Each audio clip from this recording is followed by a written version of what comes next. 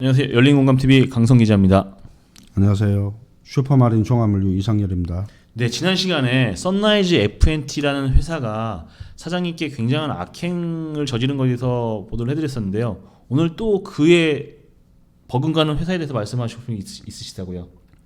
실질적으로 저희 회사에 막대한 손실을 주었는 대기업 태경농산을 고발하려고 이 자리에 앉았습니다. 직원들한테 횡령을 하게 만들고 직원들 외에 이제 제 주변의 사람들을 민형사 소송을 걸고 관세청에서는 이제 뭐 관세법 위반으로 또 불법 체포를 하고 그 이야기를 이제 드리려고 나왔습니다.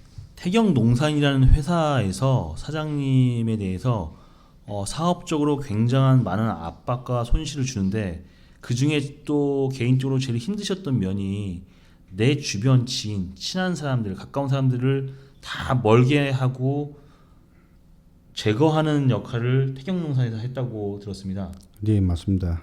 태경농산과 태경농산 하수인 남성유통 안길준이 저희 직원들 횡령을 하게 만들고 그리고 제 주변 사람들을 태경농산에서 특가법으로 횡령으로 이제 고소를 하고 관세청에서는 불법 체포를 하면서까지 관세법 위반으로 이제 소위 말하는 뭐 간작업 엮었습니다.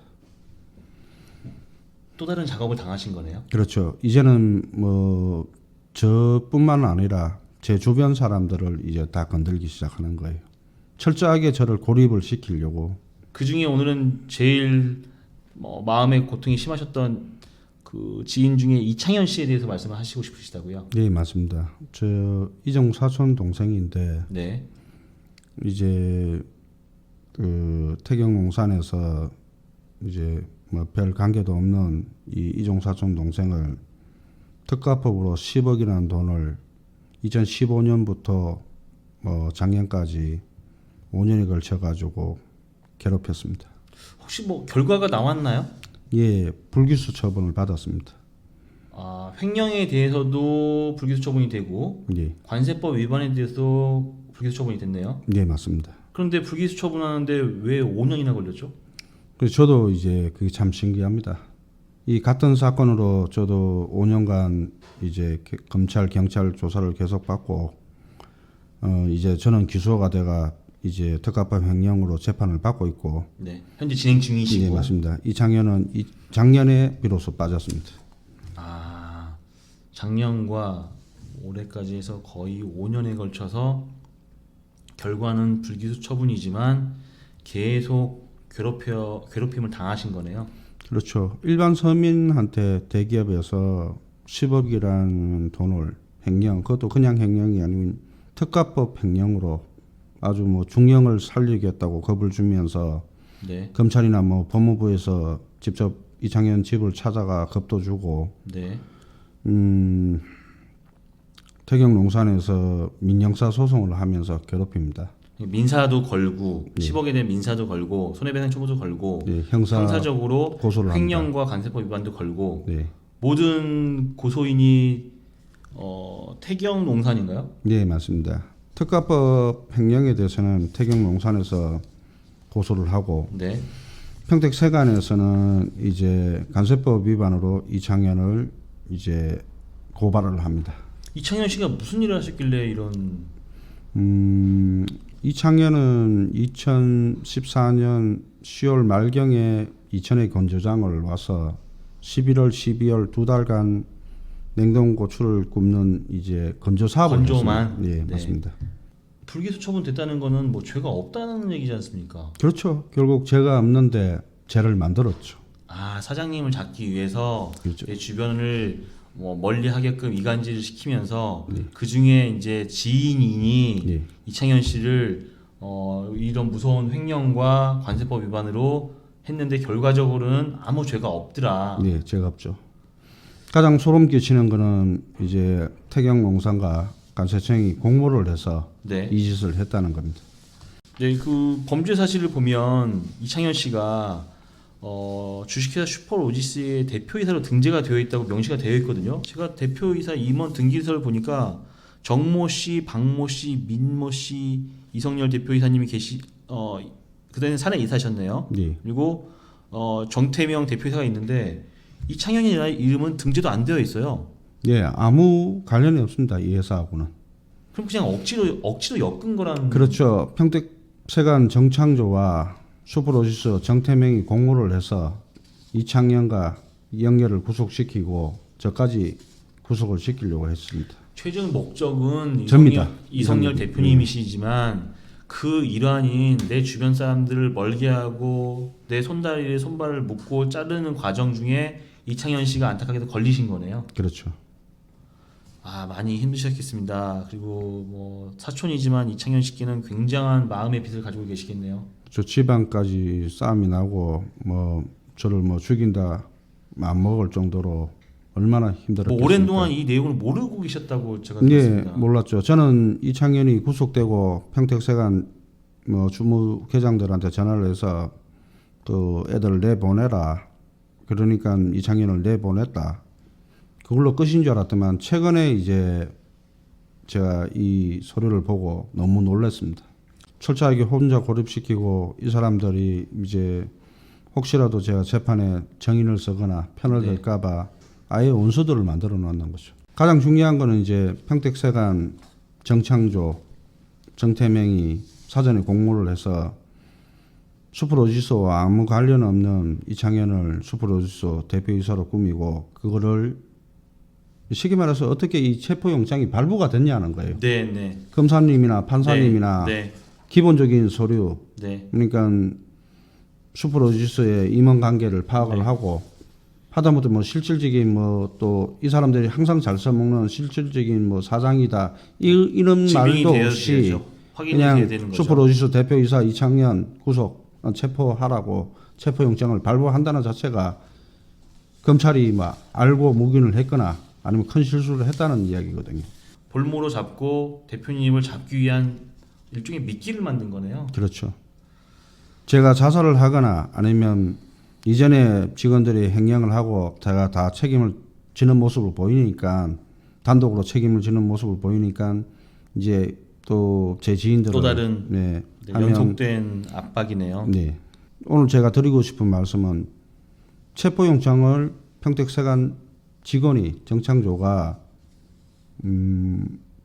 공문서를 위조해서 불법으로 체포영장을 발부를 받아가지고 체포를 했다는 사실이에요.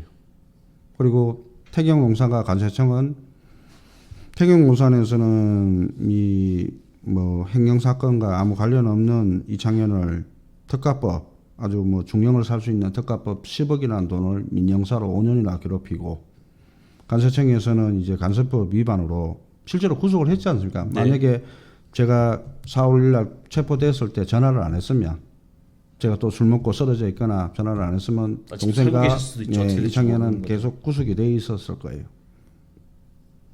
전화 한 통으로 풀어줄 정도면 네, 구속영장까지 발부할 수가 없겠죠. 말도 안 되는 짓을 하고 있는 거예요. 누구 편이 아닌 일반적인 객관적인 자료를 봤을 때 좀 너무 이거는 권력의 힘이 없으면 이런 일이 있을 수 없다고 생각을 합니다. 태경농산이 농심 자회사입니다.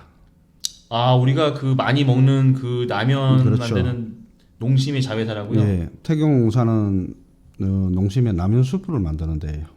아, 그러니까 고춧가루하고 이제 마늘 이런 고관세유 선라이즈가 이제 밀수를 많이 네네, 하는 그렇죠. 이게 그거를 뭐 맞습니다. 378%짜리를 해서 28% 둔갑하는 그런 거를 신고를 많이 하시다 보니까 타겟이 되셨는데 이 태경농산도 그런 고추 같은 거를 수입을 해서 농심의 스프를 납품하는 회사라고요? 네, 맞습니다.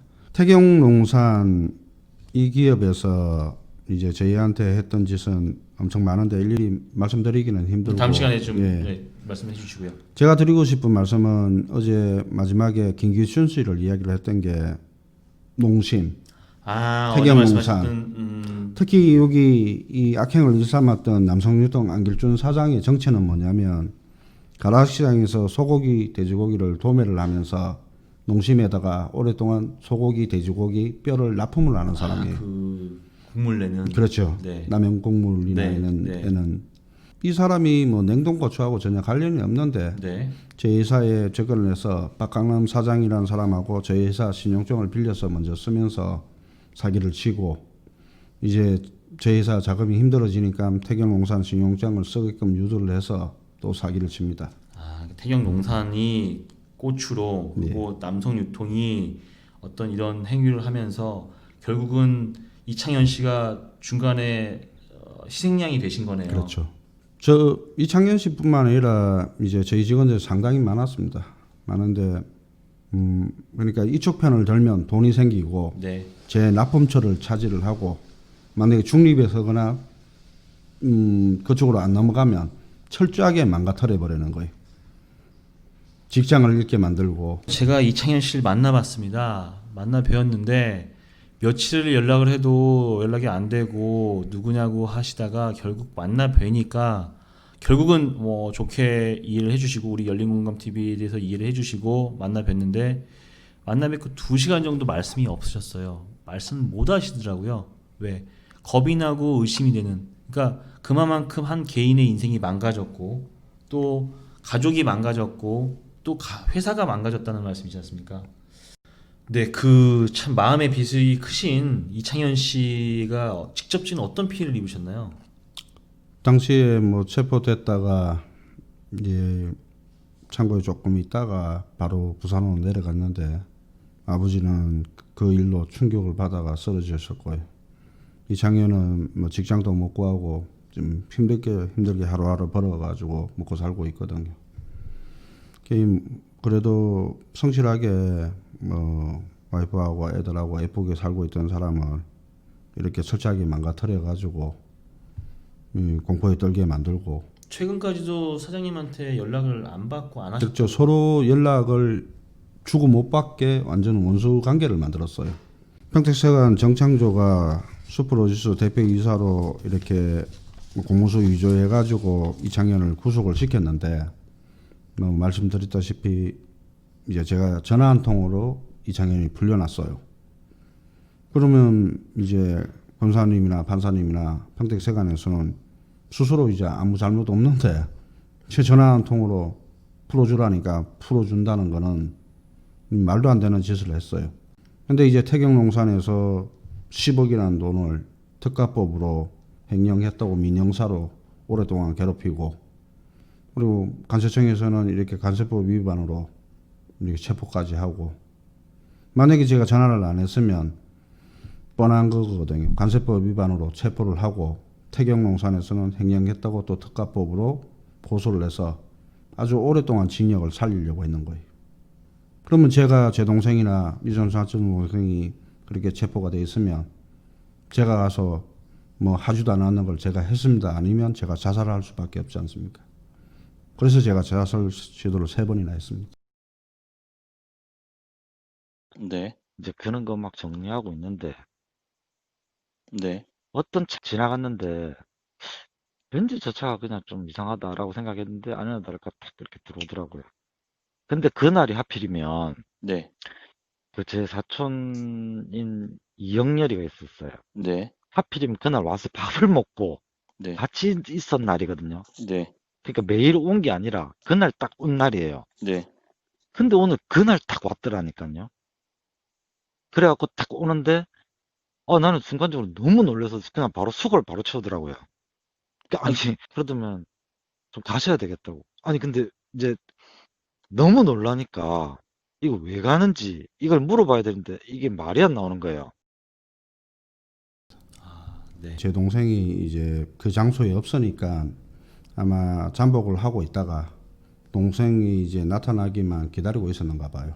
5년이라는 시간 동안 검찰에서 지지부진하게 계속 끌고 돌리고 하다가 결국은 최근에서 이제 불기소 처분이 되었는데 예. 이 내용이 맞죠? 예, 맞습니다. 그렇다면 이거에 대해서 어떤 손해배상이랄까 아니면 문제점에 대해서는 아마 이의 신청을 하셨나요? 아닙니다. 이 사실을 이제 알았기 때문에 제가 이제 변호사님들 미팅을 하고 네. 이렇게 언론에 알리고 네, 말도 안 되는 이런 고통을 받는 네. 국민이 있다는 것을 말씀을 드리려고 나왔습니다. 내일만이 아닌 당신도 언젠가는 이런 불합리한 일을 당할 수 있다는 말씀을 하시고 그렇죠. 싶으신 거죠? 기자님께서 만약에 뭐 친구분이나 친척분이 가족분이 사업을 하는데 네. 기자님이 타겟이 되면 뭐 그 주변 사람들을 다 이런 식으로 상당하기 불법 싫습니다. 체포를 네. 하고 어마어마한 돈으로 5년을 괴롭힌다는 거예요. 이 문제는 최근에 어디서 보던 패턴인데 전 대한민국의 전 검찰이 그러지 않겠지만 어떤 목표를 정해놓고 그 주변을 싹 샅샅이 뒤지고 거리를 멀게 하고 하는 어떤 패턴이 있는 것 같네요. 예, 방법이 너무 이게 악의적이고 악랄합니다. 이런 네. 식으로 하면 보통 서민들 10억 갖고 민형사 5년을 괴롭히면 자살합니다. 그렇죠. 가족들은 충격을 받아가지고 이제 뭐 고통 속에 살아야 되고 차라리 바로 뭐 기소를 하든지 네. 불기소를 하든지 이 5년이라는 시간 동안 질질 끌가 주변 사람들은 이제 못 피말리게 엮으니까 하고요. 예, 이 불기소 처분을 하고 저는 또 무리하게 기소까지 합니다. 이거는 말도 안 되는 짓을 제가 하나하나 이제 다 이야기를 할 겁니다. 알겠습니다. 고생 많으셨습니다.